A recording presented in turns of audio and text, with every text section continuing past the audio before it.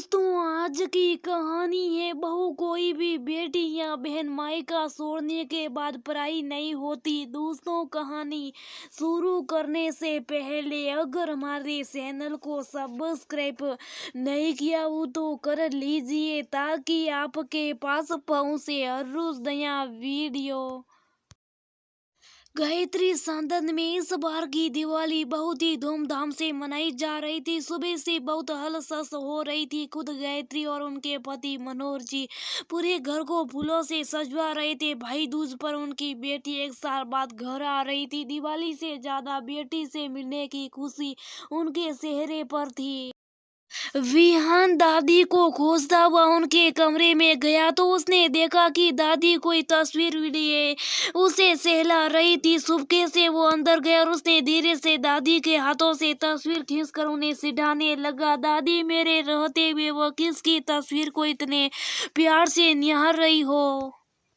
लेकिन जैसे उसने तस्वीर देखी, दादी का दर्द उसे समझ आ गया और वो दादी के गले लग गया और आंसू पोंछते हुए बोला, नहीं दादी, रो मत। इस बार की दिवाली सबके लिए दिल वाली होगी, सबके दिलों के अरमान पूरे होंगे, ये वादा है मेरा। भाई दूज के दिन मनोहर जी विहान को खोज रहे, लेकिन विहान कहीं भी दिखाई नहीं दे रहा था। गायत्री, विहान कहाँ है? उससे कहो कि जल्दी से तैयार हो जाए और आरुषि को भी फोन कर दो कि वो तैयार रहे। विहान दोपहर तक उसके पास पहुंच गया। मनोहर जी ने किचन में जाकर गायत्री से बोला, अरे किसे बोलूं, विहान तो सुबह ही नहीं दिखाई दे रहा और उसकी कार भी नहीं दिख रही। लगता है वो सुबह चला गया। मनोहर जी के चेहरे पर बड़ी सी मुस्कान आ गई। लगता है बहन से मिलने की खुशी में आज तुम्हारा लाडला बहुत जल्दी उठ गया और हमें बिना बताए उसे लेने चला। मैं भी बहुत बेबहा हूँ अपनी गुड़िया को देखने के लिए। 1 साल हो गए उसे देखे।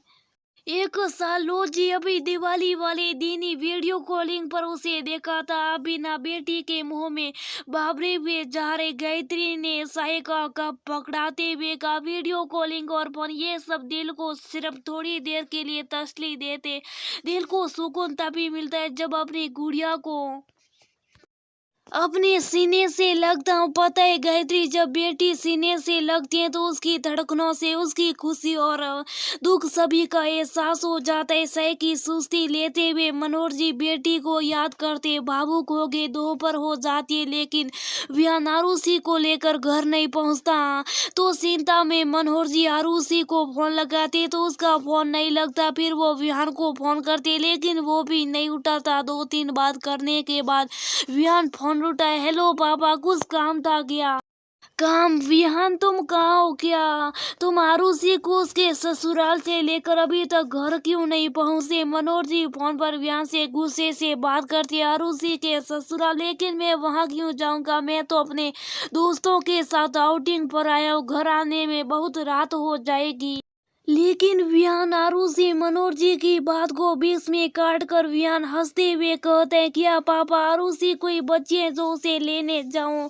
अब उसकी शादी हो चुकी, उसे कहिए कि वो बुक करे और आ जाए, या फिर आप जीजू से बोल दीजिए वो आकर छोड़ देंगे। शादी के बाद जब भैया पिता अपनी बहन बेटी को विदा कराकर मायके लाते हैं तो ससुराल में उनका सम्मान बढ़ता है। तुझे अपनी बहन के सम्मान की कोई फिक्र नहीं है। शादी हो गई तो क्या बहन पराई हो गई है?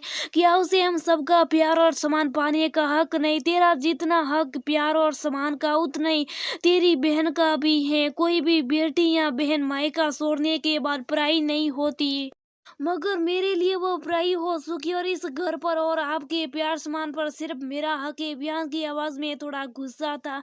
विहान, मनोहर जी विहान को फोन पर ही डांटने लगती। तभी गायत्री फोन छीन लेती। ये क्या करे इस तरह?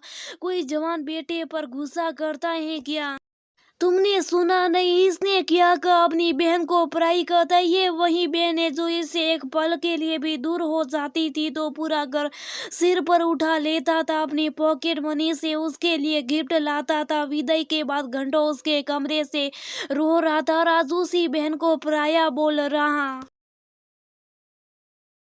ये सब सुनने के बाद गायत्री वियान, ये मैं क्या सुन रही, तू इतना निर्मोही कब से हो गया? क्या मुझे एक माँ के दिल और उसके जवाब का भी ख्याल नहीं आया? तूने खुद मुझे मेरी बेटी के लिए कितनी बार तड़पते देखकर हमेशा यही कहा कि जब कहोगी तो गुड़िया को ले आ। माँ, आपको आज अपनी तड़प दिखाई दे रही, बेटी से नेमी पाने का दर्द आपको महसूस हो रहा है, लेकिन उस घर में एक माँ और है जो 7 साल से अपनी बेटी के सम्मान के लिए तड़प रही, उसे देखने के लिए तस्वीरों का सहारा लेती है। क्या आपको उनकी तड़प और दर्द दिखा?